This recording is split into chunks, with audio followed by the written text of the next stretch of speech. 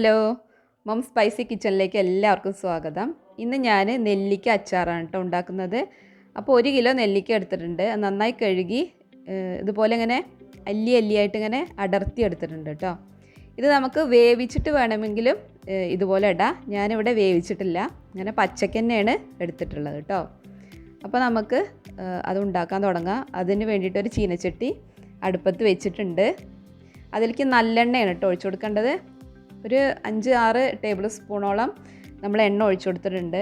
High ഫ്ലെയിമിൽ തന്നെ വെച്ച് കൊടുക്കുക. എണ്ണ നന്നായിട്ടൊന്ന് ചൂടായി വരുമ്പോൾ നമുക്ക് അതിലേക്ക് കായം പൊടി ഇട്ട് കൊടുക്കുക കേട്ടോ. ഒരു 2 സ്പൂണ് കായം പൊടി ഇട്ട് കൊടുത്തിട്ടുണ്ട്. ഇനി ഈ കായം പൊടി നന്നായിട്ടൊന്ന് എണ്ണയിൽ മൂത്ത് വരണം, നല്ലൊരു മണം വരും.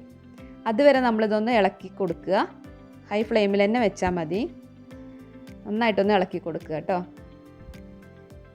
നല്ലൊരു അടിപൊളി അച്ചാറാണ്. എല്ലാവരും ഈ രീതിയിലൊന്ന് ഉണ്ടാക്കി നോക്കുകൊണ്ടു.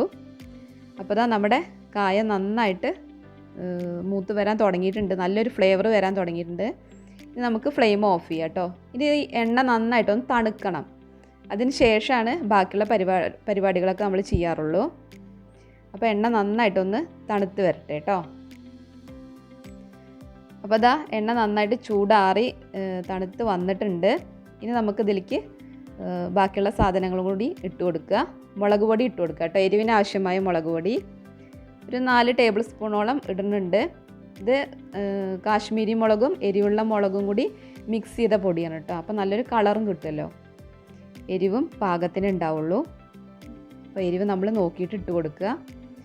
ഇനി ആവശ്യത്തിന് ഉപ്പും ഇട്ട് കൊടുക്കുക കേട്ടോ. ഇതിൽ നമ്മൾ വെള്ളമൊന്നും ചേർക്കണില്ല കേട്ടോ. വെള്ളം ഒന്നും ചേർക്കാത്തതുകൊണ്ട് തന്നെ ഈ അച്ചാർ എത്ര മാസം വരെ വേണമെങ്കിലും കേട് കൂടാണ്ടിരിക്കും. ഇവിടെ ഈ രീതിയിലാണ് അച്ചാർ ഉണ്ടാക്കാറ്. അപ്പോൾ എല്ലാവരും ഈ രീതിയിലൊന്ന് ട്രൈ ചെയ്ത് നോക്കുകൊണ്ടു. പിന്നെ നമ്മൾ അച്ചാർ എടുക്കുമ്പോൾ വെള്ളം നനവുള്ള സ്പൂൺ കൊണ്ടൊന്നും എടുക്കരുത്. അത് നന്നായി തുടച്ചതിന് ശേഷം എടുത്താൽ മതി കേട്ടോ. അപ്പോൾ കേട് വരില്ല. അതുപോലെ സ്പൂണ് അച്ചാറിൽ ഇട്ട് വയ്ക്കാനും പാടില്ല. പിന്നെ ഇതിലേക്ക് ഒരു 2 ടേബിൾ സ്പൂണ് വിനീഗർ ഒഴിച്ചു കൊടുക്കുക കേട്ടോ. നെല്ലിക്ക അത്യാവശ്യം പുളി ഉള്ളതാണല്ലോ, അപ്പോൾ കുറച്ച് വിനീഗർ ഒഴിച്ചാൽ മതി. അതിന് ശേഷം നന്നായിട്ടൊന്ന് മിക്സ് ചെയ്തിട്ട് നമുക്ക് നെല്ലിക്ക അതിലേക്ക് ഇട്ട് കൊടുക്കുക. അപ്പോൾ നമ്മുടെ വീഡിയോ ഇഷ്ടമാവുന്നുണ്ടെങ്കിൽ ലൈക്ക് ചെയ്യാനും സബ്സ്ക്രൈബ് ചെയ്യാനും ഒന്നും മറക്കരുത്. നന്നായിട്ടത് ഇളക്കി കൊടുക്കുക കേട്ടോ, മിക്സ് ചെയ്ത് കൊടുക്കുക. അപ്പോൾ ദാ നമ്മുടെ അടിപൊളി നെല്ലിക്ക അച്ചാർ ഇവിടെ റെഡി ആയിട്ടുണ്ട്. അപ്പോൾ എല്ലാവരും ഈ രീതിയിലൊന്ന് ട്രൈ ചെയ്ത് നോക്കണം, എന്നിട്ട് അഭിപ്രായം പറയണം കേട്ടോ.